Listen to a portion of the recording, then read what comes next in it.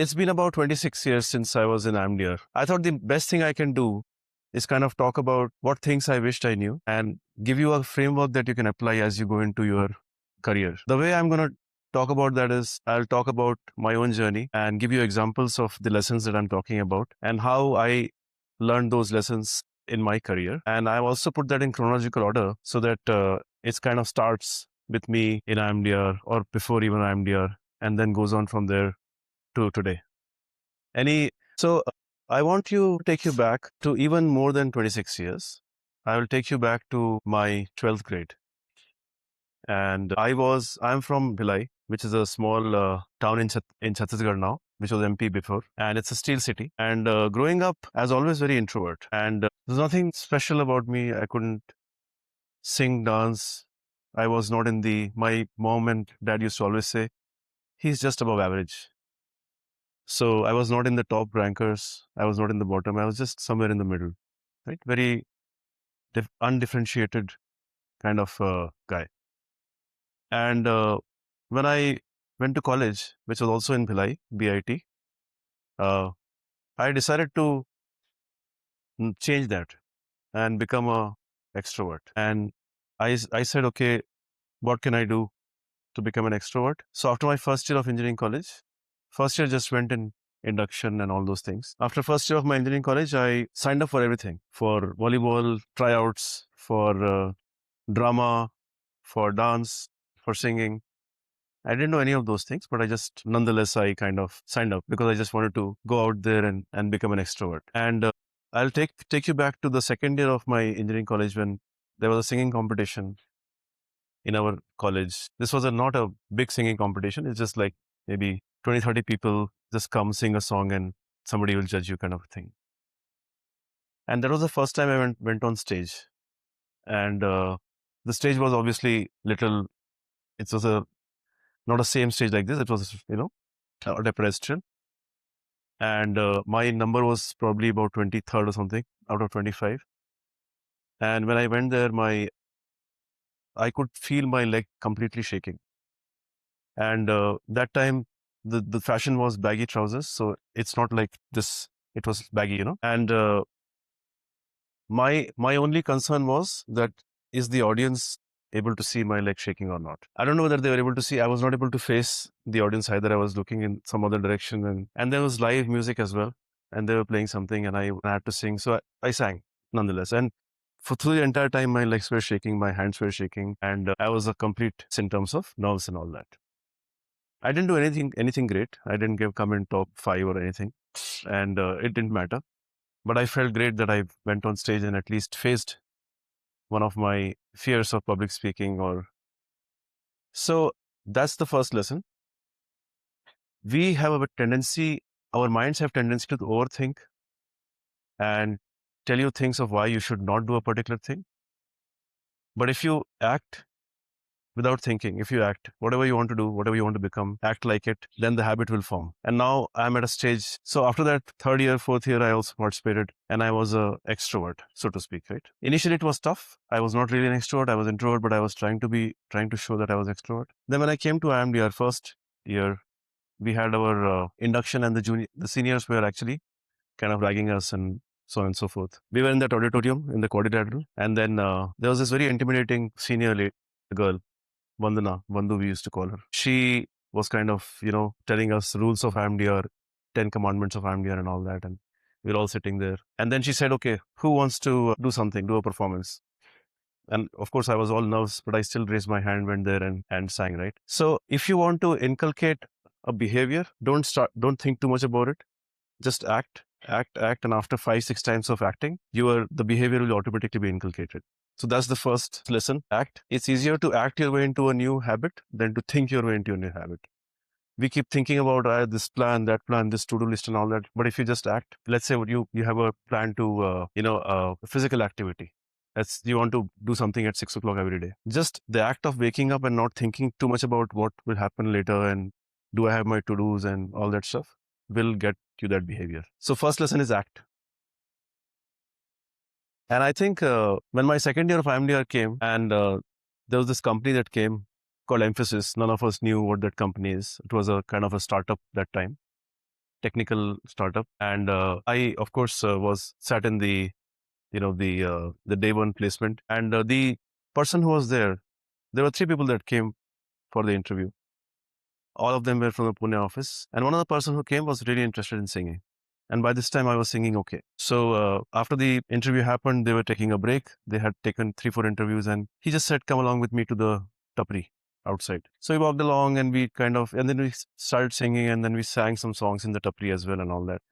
And I think that's what differentiated me amongst all the other people, and I got placed in the day one in IMDR. I was not very different from everybody else, but I was just differentiated because he or they remembered me saying, "Oh, that guy who." So everything being equal, I just became in the limelight.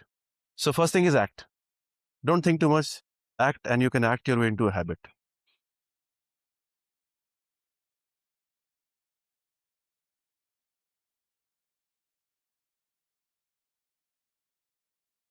Then when I joined Emphasis, it was in Pune, and I joined as a business analyst. And that time I knew that I wanted to be in the IT industry. So after the one month of training that they imparted, and we were also training with the engineers who had come from different colleges. So it was the same kind of training. But they asked us if you want to continue with business analysis or do you want to go into technical field. And I raised my hand to go into technical field, because if you're in a certain industry, and you should choose your industry also carefully.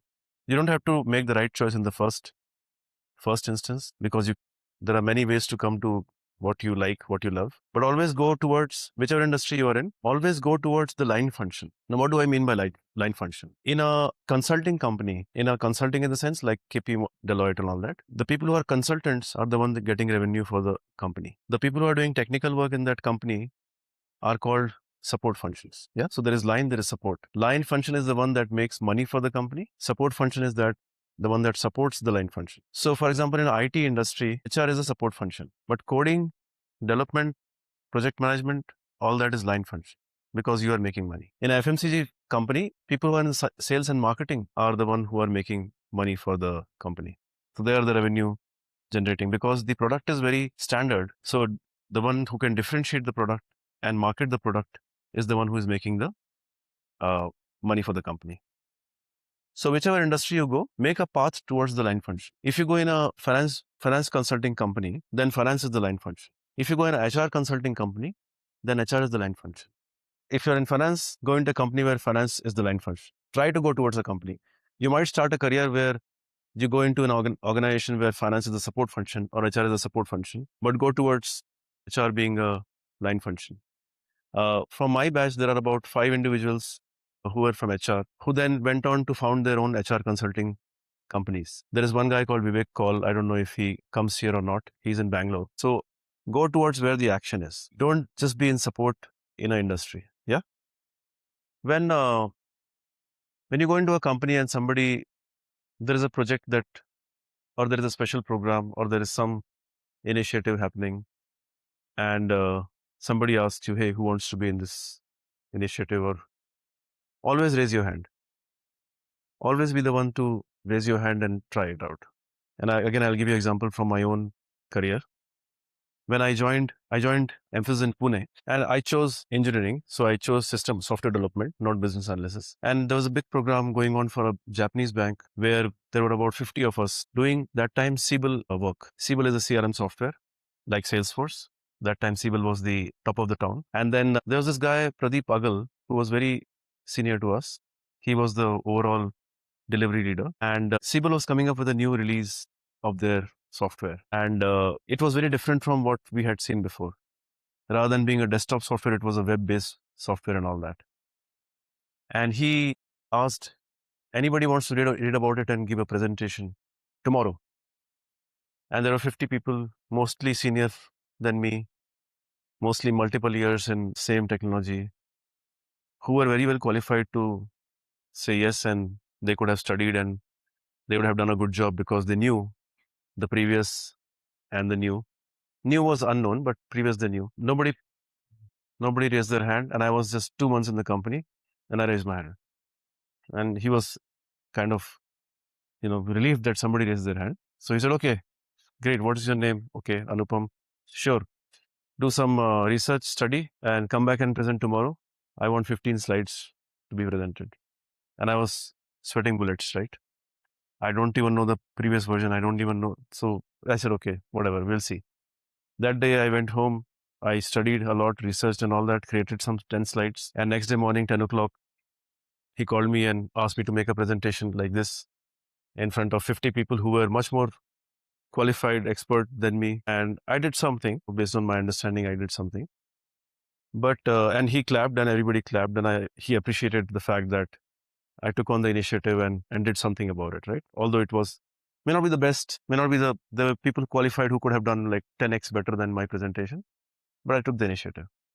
So always in your career, especially in the beginning years when you go, raise your hand and go for the unknown. And doesn't matter how you do. The stakes are so low in corporate world when people are raising their hands that raising the hand itself is a great thing. So don't overthink. Just like the first one, right? Act.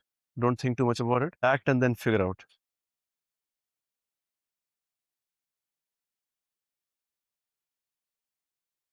So lesson is raise your hand. Then I spoke about Pradeep. So because of that and because other initiatives I did in that 1 year period when I was with Pradeep, we were in Pune. Our office was in Sakar 10, which is opposite Jahangir Hospital. And we were doing the civil development. The client was Japanese. And when the time came for some of us to travel abroad, Japan, he picked 5 people and he also picked me as one of the person who should travel to support the customer for a particular release. And, like I said, everybody was well qualified. I was the only one who was like junior most there. So when I went there, and also Pradeep also went there, right? And both of us I was not married.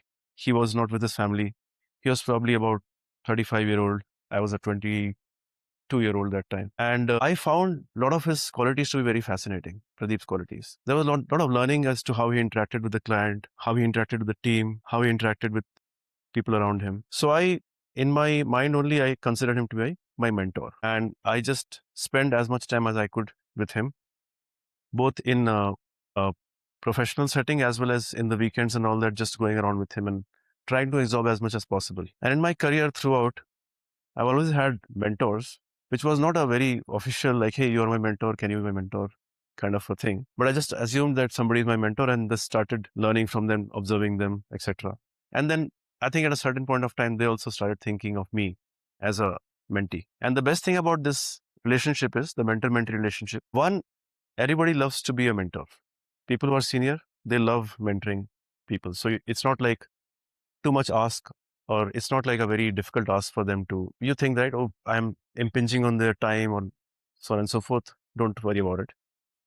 They will root for you, they'll cheer for you, and they will actually even make some calls or some decisions which will further your career, because they believe that when you win, they also win. They are invested in your growth. So always, even in IMDR, second year, people who are in first year, second year, you have somebody, just make sure that you have the person that you admire, you kind of, spend time with them, learn from them without even them teaching you, just learn from observation and experience. So the lesson is seek mentors and learn from them. This is a very classic thing that will happen in the corporate world. Somebody 2-3 levels above you will decide a program and the different parts of the program. This program has these 5 tracks. These 5 tracks has these other 15 tracks. And Mr. A is responsible for this track, first track. Mrs. B is responsible for this track. Miss C is responsible for the third track, right? So they have divided the work. And but when you are doing the work of A, and you are like, I don't think it makes sense because B is not really, there is a gap between A and B. There is something that is overlooked, which if you don't do it, I might be successful, B also might be successful, but the overall program will not be successful. And you'll spot a lot of these things in your work, in your career, even at IMDR. And don't just go with, hey, I think there is a gap here, but go to your senior with, there is a gap here, and I think this is the way we can solve for it. This is the way we can approach it, or this is the solution that we can apply to it. So what will happen is that you will get in the eyes of your people who are actually responsible for the overall program to be successful, and they will really appreciate that you came to them and gave them feedback about something that was risking the entire program. So don't think it's not my job. I will be in my lane and I'll only do this much and forget about if the program fails. I have done my job, so nobody can question me. I was told A, I did A. So don't think like that. Think A is fine, but what about the overall alphabets, right? If the alphabets don't make sense, then my program, my A will not make sense. So the lesson here is, if you see a gap, fill it.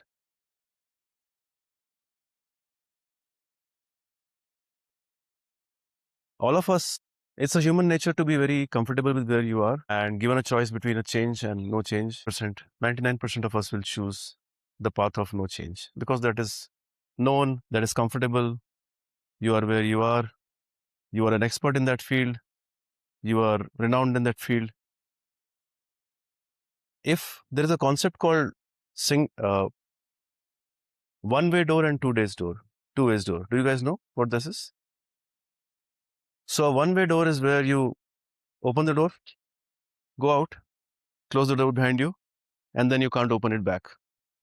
A two-way door is like a salon door you see in those Western movies.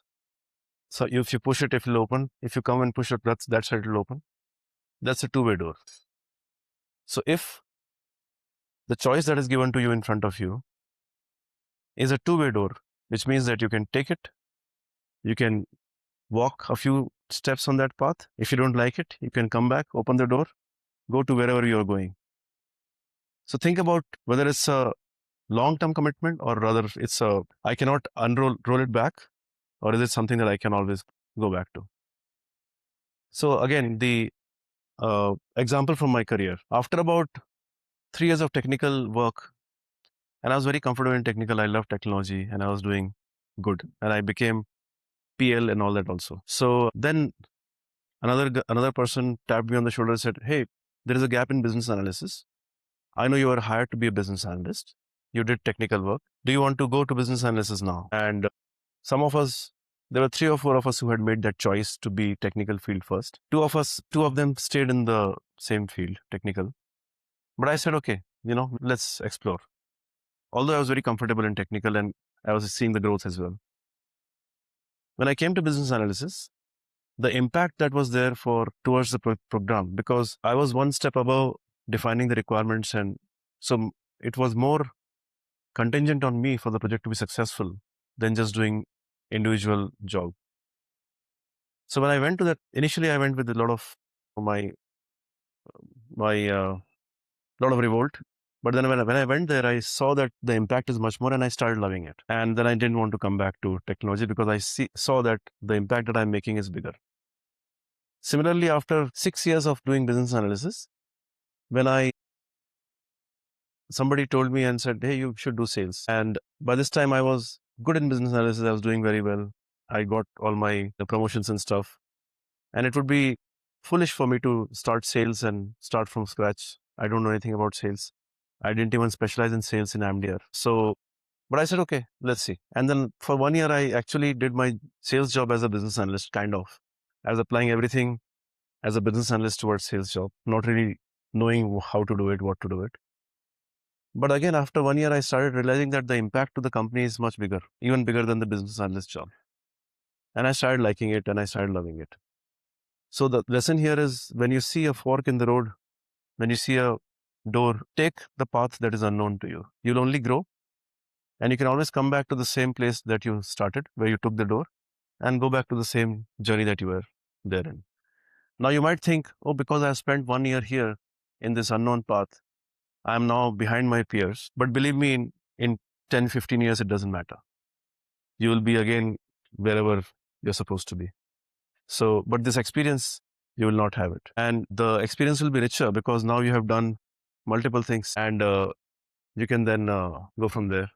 So that's the C. We always, from the time we are young, we always had this rank system, and hey, did you come in top 3? how is your mark as compared to his mark. So we always think that life is a zero sum game, which means there is a limited amount and everybody will get a portion of this amount, right? So that's called a zero sum game. But actually, life is not like that. When you win, and if you and me are working together, when you win, I also win. And when he wins and we are working together, I also win. The pie is not the limited pie that we think there is, right?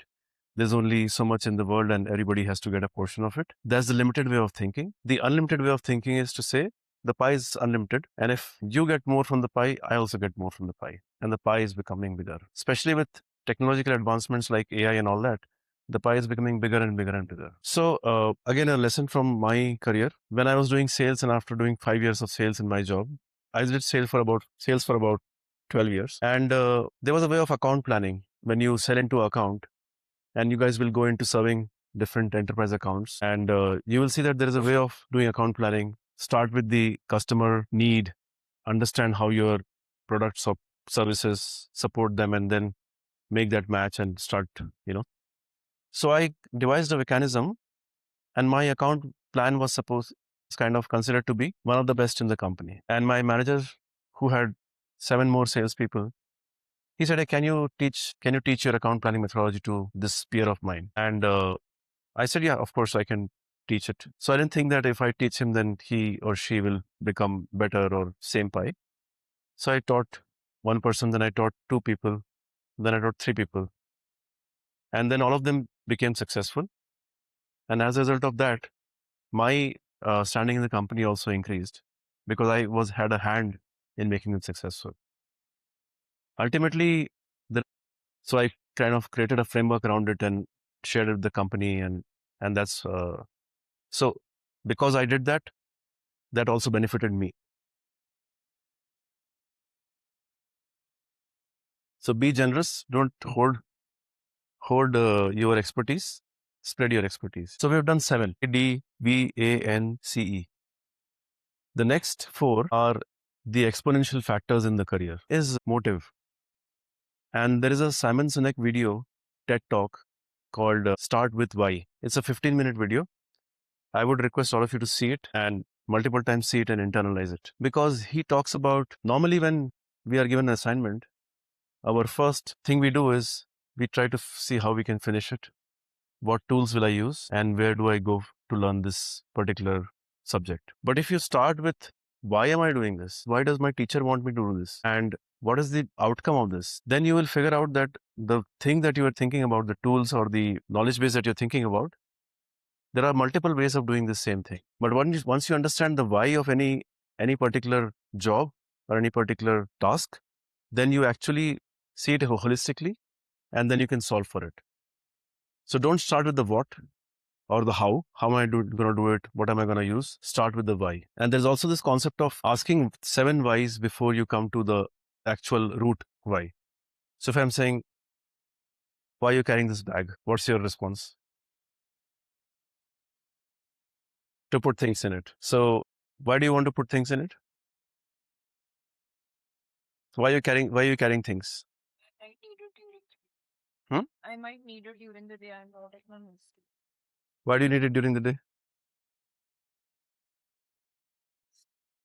Yeah. So it goes with thirst, like you need technology, thirst, etc., etc. So that's your ultimate why. Somebody else who doesn't get, I'm just hypothetically speaking, a creature, let's say crocodile or something, who doesn't get thirsty, doesn't have to carry all these things. So in teams also, when a particular person's why is different than a different person's why. So always start with why and ask those 5 questions to go to the root why.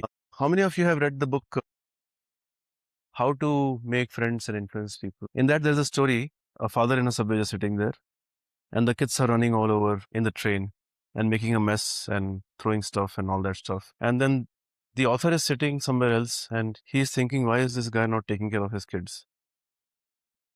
They're creating so much problem. And why is this father such an irresponsible father? And then he learns 2 minutes later that the mother of those 2 kids just died about an hour back in a hospital after battling cancer. And this guy is just in that somber mood. He's not thinking about what's happening here, etc. And that changes his perspective. What initially he was thinking about this guy, he's not taking care of his kids. And then he starts empathizing and saying, okay, no, this guy actually went through all this. So it's okay for the kids to behave like this. Doesn't matter. His thing is more. In work, you will come across lot of times when you will see people behaving in a way that will against you or counterproductive to you. And they're even in IMDR, you will see. But if you try to see it from their perspective as to why they're saying what they're saying and why they are behaving the way they are behaving, however difficult it is, right, for you to put yourself in their shoes. But if you just take that attempt, you'll find that everybody is doing something for a reason. That reason may not be justifiable to you because you think, but they have a mental mind map. Everybody is wired differently, and it's their wiring that is telling them when you are faced with this situation, you should do this. That wiring for you might be different.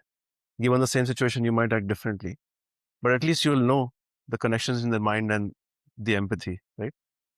And that will help you once you empathize with somebody and once you understand why they are doing what they are doing, they are more likely to actually align with your way of thinking than the other way around. So rather than fighting with them, understand where they're coming from and why they're thinking what they're thinking.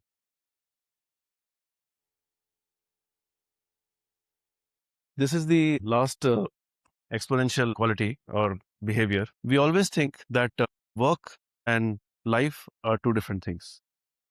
So you work till 6 and then you go home and then you follow your passion or whatever you want to do, right? Some people are into karaoke, some people are into dancing, some people go into, jiu-jitsu and, or some people are into running, some people are into comparing, some people are into poetry, whatever your passion may be. But so what will happen with that is that you will look forward to 6 o'clock so that you can go home and do the stuff that gives you pleasure. But if you bring your whole self to work, and when there is a function happening at the office, and if you are into comparing, or if you're into project planning, then you make a plan for that program and you volunteer and you do that, then you will see that you will start getting appreciation for your passions in the work as well. And the work will become an extended part of your passion. So don't compartmentalize yourself and wearing a mask is very tiring. If you wear a mask of I'm this person, professional and all that, and then you remove that mask when you go home, you are a different person. It becomes extremely tiring very quickly. So even in IMDR and even everywhere, just bring your whole self to work, to everywhere. And then because people then know you for you and you will suddenly become multidimensional. You will not become a single dimensional employee. From employee ID, you will become a living, breathing person.